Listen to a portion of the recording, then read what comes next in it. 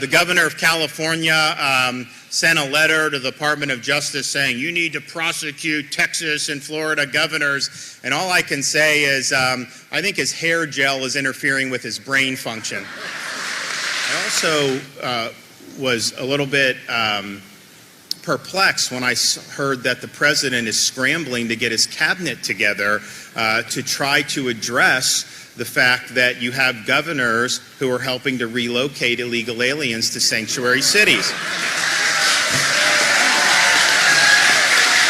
Now, he didn't scramble to get his cabinet together when we had millions of people illegally pouring across the southern border. He didn't scramble to get his cabinet together when you had 53 migrants die in some trailer in Texas because they were neglected by the federal government.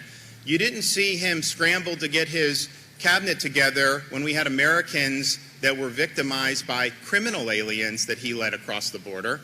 You didn't see him scramble to get his cabinet together when we hit record fentanyl deaths, which that fentanyl is coming across his open border. It's only when you have 50 illegal aliens end up in a very wealthy, rich sanctuary enclave that he decides to scramble on this. And so I think what we are doing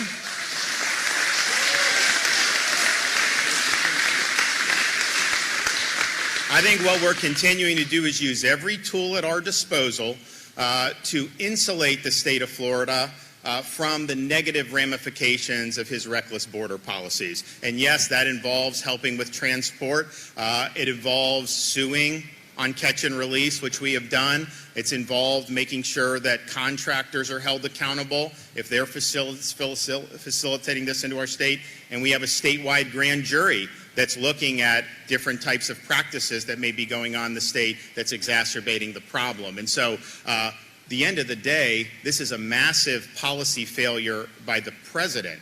This is a massive and intentional policy that is causing huge amount of damage all across the country, and it's all rooted in a failure to take care that the laws are faithfully executed and to fulfill his oath of office. And so instead of scrambling and worrying about a bunch of rich people and having 50, and oh, by the way, they already bust them out. They're gone. They said we want everyone, no one's illegal, and they're gone within 48 hours. And so why not actually look at what's going on? There were more Acela corporate journalists in Martha's Vineyard today than have ever gone down to the southern border to look what's going on. Why don't you go down there and look what some of those communities have to deal with every day?